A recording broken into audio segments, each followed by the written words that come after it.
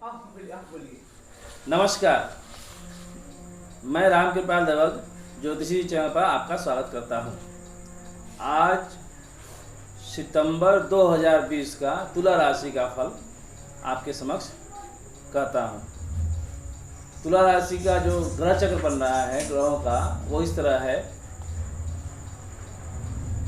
लग्न में कोई ग्रह नहीं है, द्वितीय भाव में कोई ग्रह नहीं है, तीसरे भाव में धनु राशि में गुरु के साथ केतु स्थित हैं, स्वगृही हैं। शनि जो है चतुर्थ भाव में स्वगृही मकर राशि में स्थित हैं। पंचम भाव और छठे भाव खाली है।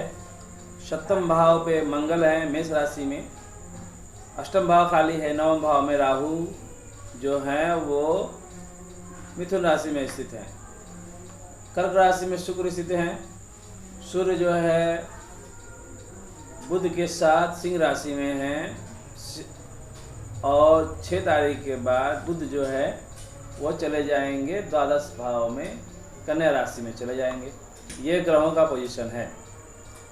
इसका परिणाम क्या होगा, फल क्या होगा, इस पर विचार करते हैं। मंगल जो है मेष राशि से सप्तम भाव पे बैठे हुए हैं और वहाँ से लग्न पे दृष्टि उनकी है। उनकी दृष्टि द्वितीय भाव पे है और दसम भाव पे है। लग्न पे दृष्टि होने से जातक के शरीर में तेजस्विता आएगा, एनर्जी आएगा, एनर्जेटिक होगा, ज़्यादा काम करने का योग्य होगा। दसम भाव में भी जो है मंगल की दृष्टि होने से जातक के कार्य करने की एक्टिविटी बढ़ जाएगा और जो है वैरायटी तरह तरह के काम, तरह तरह के आइडिया, शुक्र के साथ मंगल का योग बना हुआ है। दिमाग में क्रिएटिव आइडिया, रचनात्मक आइडिया और तरह तरह का आइडिया होगा, जिसके कारण जो है जातक का उन्नति होगा। मंगल के दूसरे भाव पर दृष्टि होने से जातक की वाणी में गंभीरता आएगा, उसके वाणी को लोग सुनेंगे और उस पर अमल करेंगे।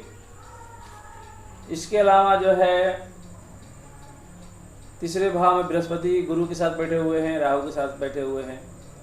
तो गुरु जो है वो अभी वक्री हैं, 15 तारीख के बाद वो मार्गी हो जाएंगे और केतु जो है वो 22 तारीख के बाद वृश्चिक राशि में चले जाएंगे। फिर गुरु जो है भाग्य स्थान को देखेंगे और जातक जो है धर्म के प्रति उनका रुचि बढ़ेगा और इससे उनका भाग्य उदय होगा। शनि चतुर्थ भाव में बैठे हुए हैं लग्न से, राशि से, और स्वगृही होकर बैठे हुए हैं। उस पर शुक्र की दृष्टि है, अतः जातक के जो है जमीन संबंधित कार्य होगा। शुक्र के स्थित होने से जिनका घर है उनके घर में इंटीरियर डेकोरेशन का कार्य होगा, सुंदरता बढ़ेगा घर का, नए नए फर्नीचर आएंगे, नए नए कार्य होगा। माता जी को लाभ होगा, शारीरिक कष्ट कम होगा, क्योंकि शुक्र की दृष्टि होने से माता को परेशानी कम होगा। पंचम भाव में पुत्र के भाव है, वहाँ पे सूर्य की दृष्टि है और राहु की दृष्टि है।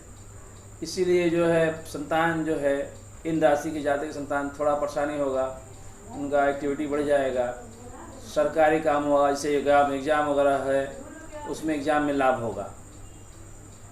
राहु की दृष्टि पंचम भाव में पड़ने से क्या होगा कि जातक के पुत्र का क्रिएटिविटी, रचनात्मक शक्ति और टेक्निकल स्किल जो है बढ़ जाएगा। छठे भाव पे बुध की दृष्टि है। अब बुध जो है स्वगृही होकर छठे भाव पर दृष्टि दे रहे हैं, तो जातक का जो ये शुभ है, ये कोई खराब नहीं है। मंगल सप्तम भाव में है बैठे हुए हैं, जो जीवन साथी के लिए बहुत ही अच्छा है और जीवन साथी का शारीरिक कष्ट कम होगा। बृहस्पति केतु के साथ जब नॉर्मल हो जाएंगे तो और आराम होना शुरू हो जाएगा, पत्नी की उन्नति होगी, पति की उन्नति होगी। अष्टम भाव में कोई ग्रह नहीं है, अष्टमें शुक्र जो है दसम भाव में बैठा हुआ है। तो क्या होगा कि जो है जातक के भीतर जो है कार्य परिवर्तन की इच्छा होगा, लेकिन परिवर्तन न करना ही लाभदायक होगा। नवम भाव में राहु है, राहु जो है जो है विचित्र धार्मिक प्रवृत्ति पैदा करता है, और बृहस्पति से दृष्ट होने के कारण जातक की पूजा पाठ की प्रवृत्ति थोड़ा सामान्य से अलग होगी। उनमें जो है जो शक्ति के देवी देवता हैं, शक्ति की पूजा करने से उनको लाभ होगा। दसम भाव में शुक्र बैठे हुए हैं, मंगल और शनि से दृष्ट हैं, तो कार्य स्थिति जो है जातक को बार बार कार्य परिवर्तन करने की इच्छा होगा। उसके अलावा जो है कार्य में प्रमोशन होगा। तो लेकिन मेरे विचार से, मेरे राय से और ग्रहों की राय से जो कार्य जातक कर रहे हैं उसको लगातार कंटिन्यू करते रहें। एकादश भाव में सूर्य बैठे हुए हैं और ये जो है धनेश धन भाव में स्थित हैं। ये बहुत अच्छा योग बना हुआ है, जातक को लगातार धन मिलते रहेगा। और जब सूर्य जो है 12वें भाव में चले जाएंगे तो क्या होगा कि और आराम होना शुरू हो जाएगा और बाहर प्रदेश से धन आने का योग बनेगा। बुध जो है 6वें भाव 12वें भाव में बैठे हुए हैं, स्वगृही बैठे हुए हैं और किसी ग्रह से दृष्ट नहीं है। तो बुध जो है शरीर में चूँकि व्यय भाव में बैठे हुए हैं भागेश होकर, उसके एक राशि में राहु स्थित हैं और जो है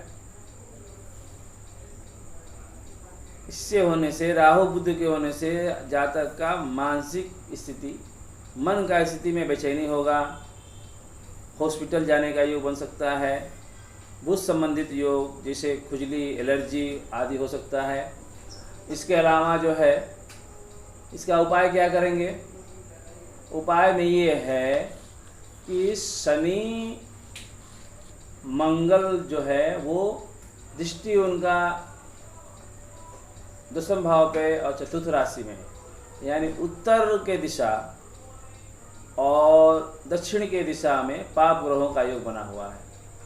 और अग्नि स्थान में, अग्नि कोण में, वहाँ पे भी जो है सूर्य का योग बना हुआ है और केतु की दृष्टि है और बृहस्पति की दृष्टि है, यानी कि अग्नि कोण से लेकर दक्षिण दिशा तक जो है पाप ग्रहों के प्रभाव के होने से दक्षिण और आग्नेय कोण में गलत वास्तु होगा, जिसके वजह से धन संबंधित परेशानी हो सकता है। इसका उपाय करें। क्या करें? तो अग्नि कोण में लाल रंग का बल्ब जलाएं, दक्षिण दिशा में एक घोड़ा, लाल रंग का घोड़ा रखें, उसमें त्रिकोण बनाएं जिससे आपका स्थिरता और धन लाभ होगा।